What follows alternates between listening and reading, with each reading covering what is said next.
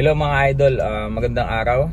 Ngayon po gagawa po ako ng video, reaction video dito po sa mga sinasabi ni Bro Billy sa BOTY Management. Ito po ay patas na pagtaya, balanseng pagpuna sa sides ng bawat isa mga idol.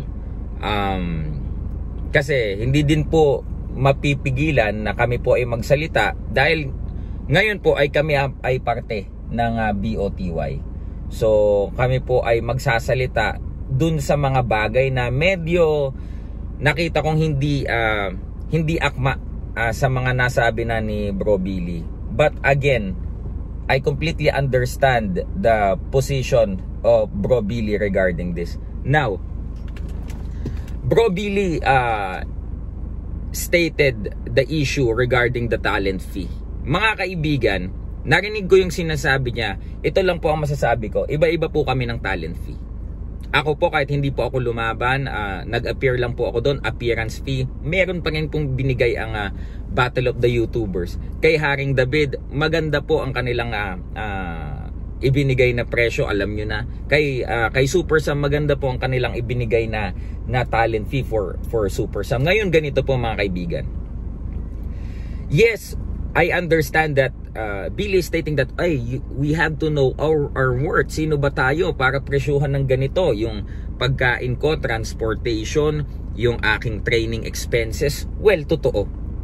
Totoo yon.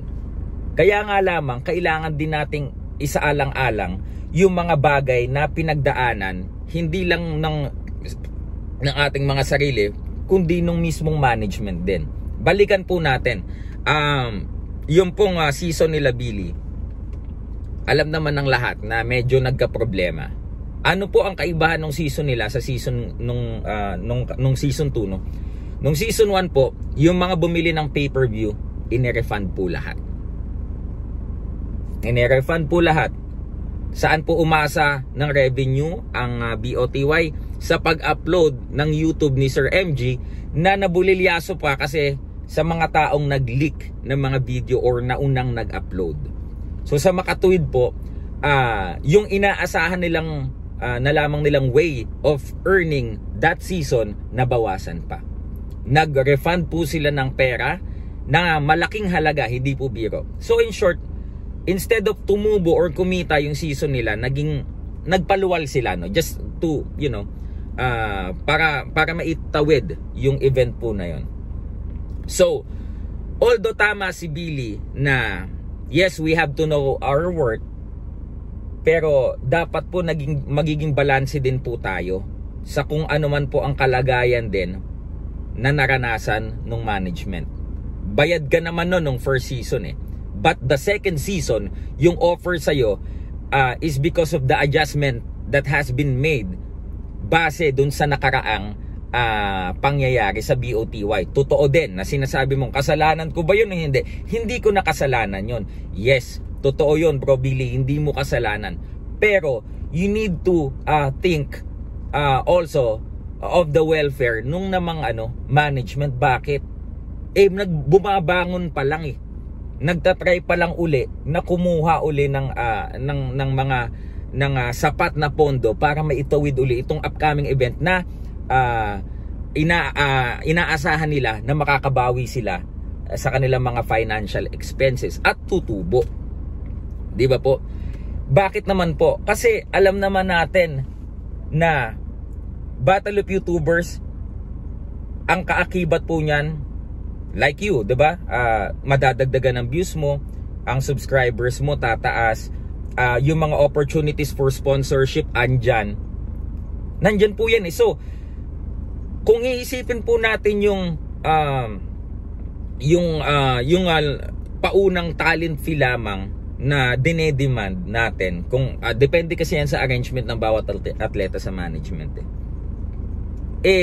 Ano po ba ang ating iisipin? Yung panandali ang TF na yan, na temporal lamang, o yung long-term relationship with the management that can offer you more opportunities of fame, views, number of views, subscribers, and higit sa lahat, endorsements, ito pong mga sponsorship commercials na pwede mong online commercials na pwede mong makuha.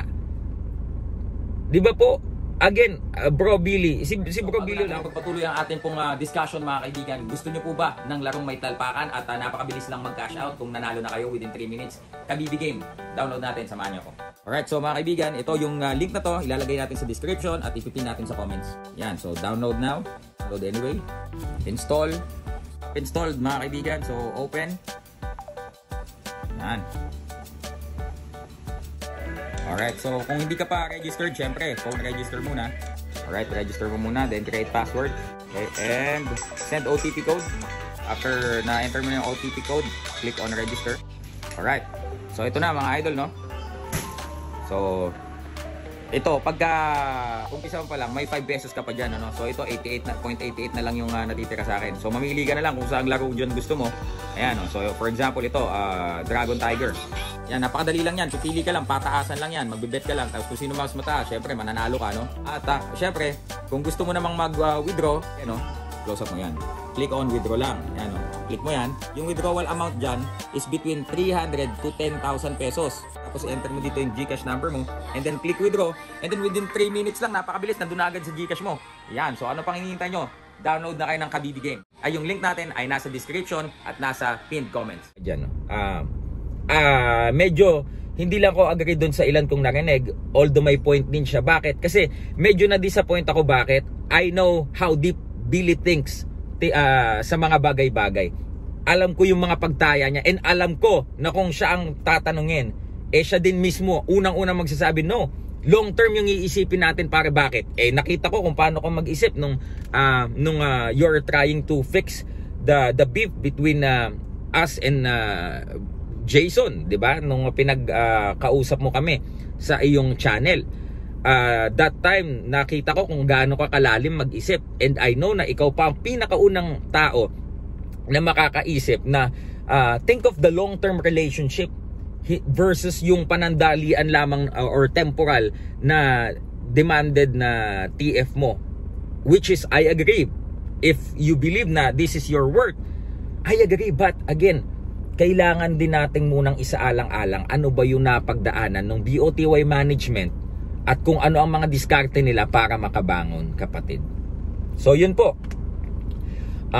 Next po mga kaibigan, sinabi din ni Bro Billy na marami actually na medyo pangit sabihin, no? Manggagancho, and ito pang mga ibang mga paratang sa BOTY management.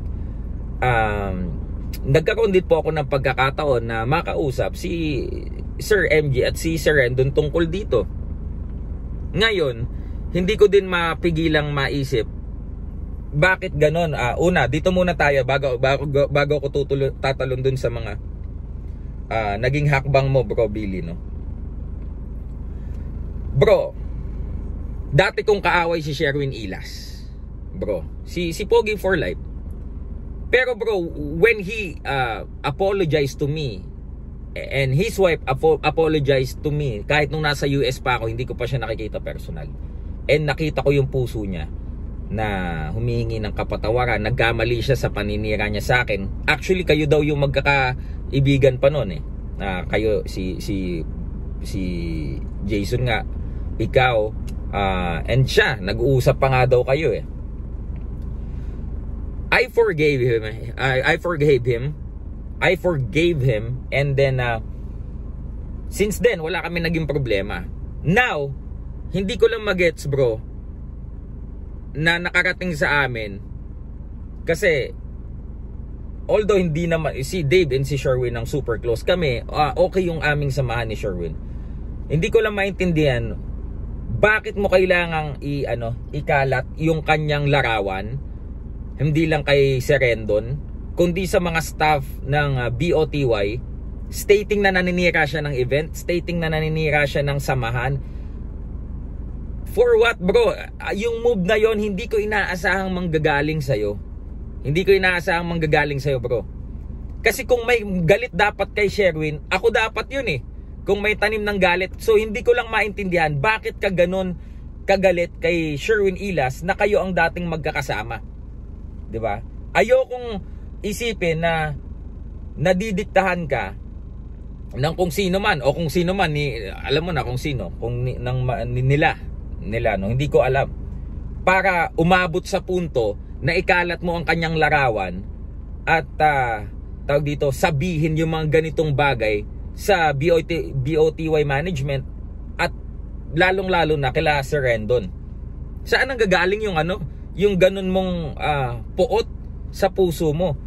Ayokong sabihin insecurities yan. Hindi naman siguro insecurities yan, Bro Billy, no? But para sa akin, hindi tama 'yon. Hindi tama 'yon kasi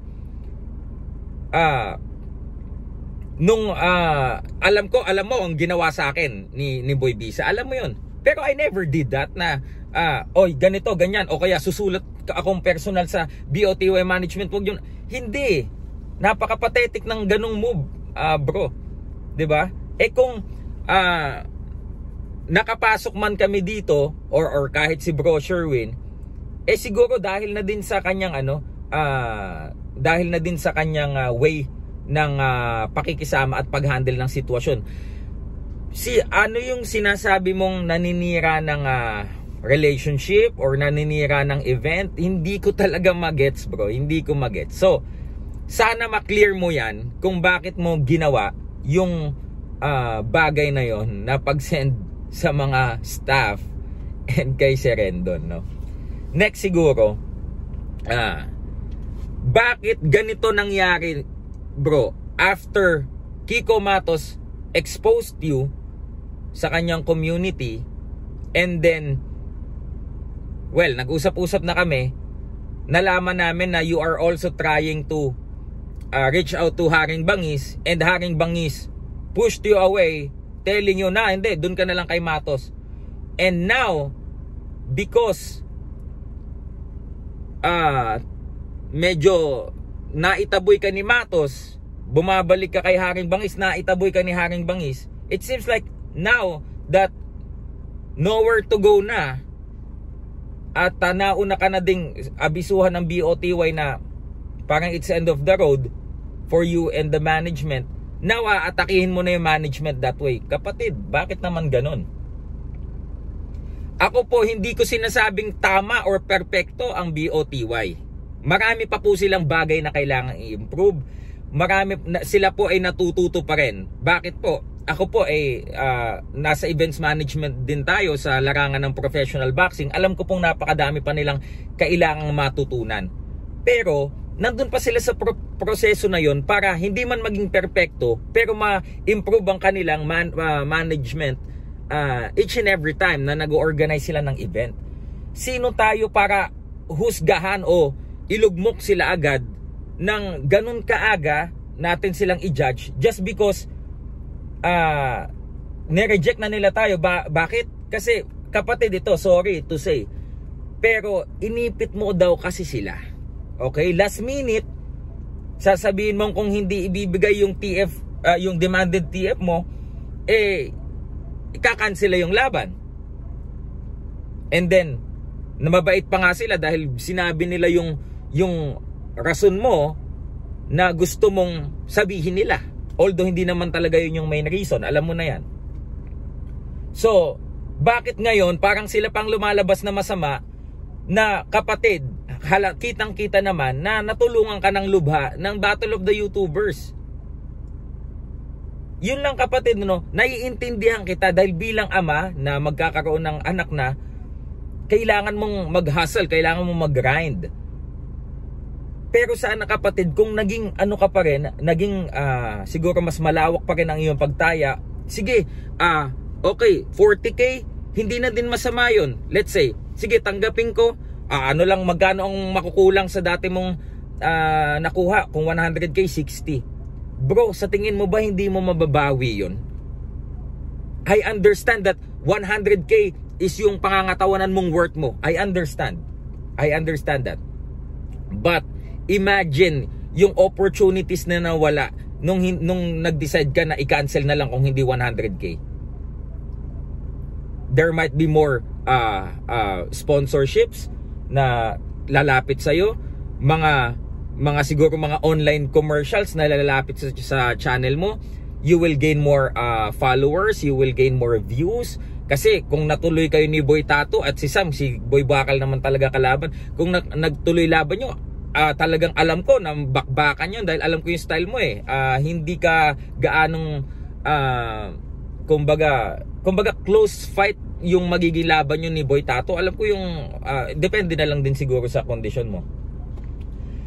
Pero bro, dahil na-decline mo yun, aminin mo man or hindi, alam kong somehow may panghihinayang sa end mo. Bakit? Kasi talagang hindi natin maikakaila yung hype nung season 2 mas nag-level up. Each and every season nagle-level up yung hype. Yes, hype yung inyo nila Haring Bangis yun. Diba? Kung ano yung diskarte ninyo, salute ako doon. Yun ang diskarte ninyo to hype your fight or yung naunang event. Nung season 2, hindi natin makikakaila, nag-level up yung hype. Ngayong season 3, ang pinaplano ng BOTY, mas mag-level up yung hype. Ang daming nadagdag na mas yung talagang malalakas din mag-hype. So kapatid, nakakalungkot lang dahil bilang nagmamalasakin din sa'yo. Alam mo yan pare kung paano kita pahalagahan. Hindi kita tatanggapin sa aking tahanan kasama nun si Jason kung hindi ko pinapahalagahan yung friendship din natin dati. Sa akin lang bro, no, sana medyo maging pa rin tayo. Isipin natin yung kapakanan, hindi lang ng ating sarili, kundi yung kapakanan din naman nung management na nagbabawi pa, kapatid. Alam mo naman yan eh. Alam mo naman na si M, 'di ba? Nung nilabas pa nga ni sino yun, ni Bayabas yung 'di ba? Naging emotional ka pa noon. Yun lang kapatid at kasi pagka ganung way, baka sa mga susunod na event, baka ma-reconsider ka pa kapatid. Yun ang akin. Kasi alam kong hindi biro ang maging isa ka ng ama. May darating kang blessing, isang anghel, no? Your baby. And how I wish, alam mo ba, hinahanap ka namin sa event nung hindi pa namin alam talaga yung totoong story. Kasi alam namin na magiging tatay ka na, and mas needed mo sana na maging kabilang pa dito sa event na to. Kasi kagaya kay Dave, kay Sam, sa amin, di ko may tatanggi, pero mas maraming nagbukas na opportunity ngayon.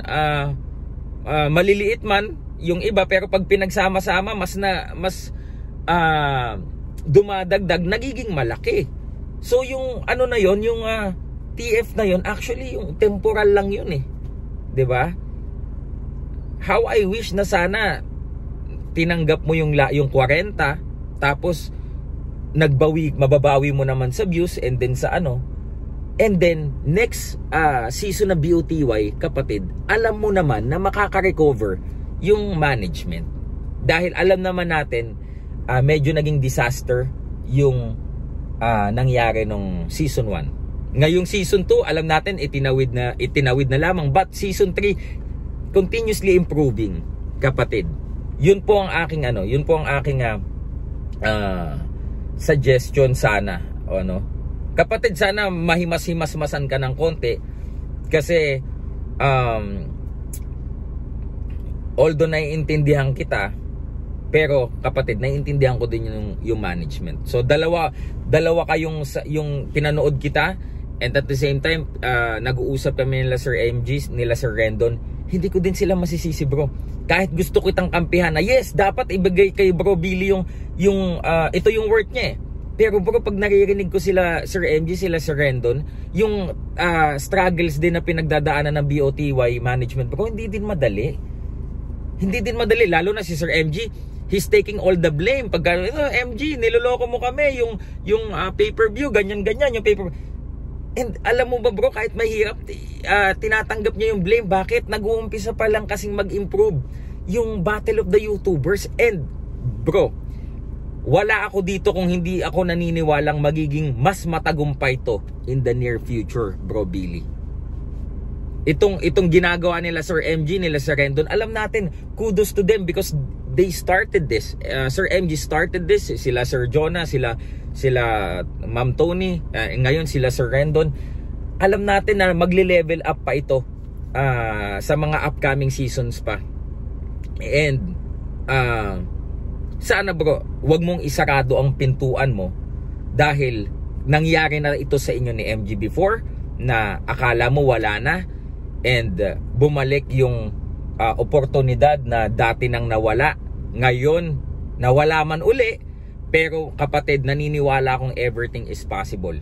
Ako personally, magiging masaya ako kung one of these upcoming events ay makikita uli kita. So hopefully mahimasmasan ng lahat, dahil kapatid, mas kailangan mo ang lalo na ang suporta nila ngayon, kasi ang pagiging ama ay akala natin pagka nailuwal na ang ating anak doon na matatapos, or hindi, doon pa lang magsisimula. So mas kailangan mo ng masolidong siguro organisasyon na magba-back up sa'yo. Although I think kaya mo naman you can stand alone, ano. Pero sana kapatid, mahimasmasan tayo, kagaya ng iyong pag-neutralize sa mga may init na mga nagpupukpukang mga pader noon, na ikaw ang nag-mediate. Kapatid, nandito naman ako para naman sana manawagan na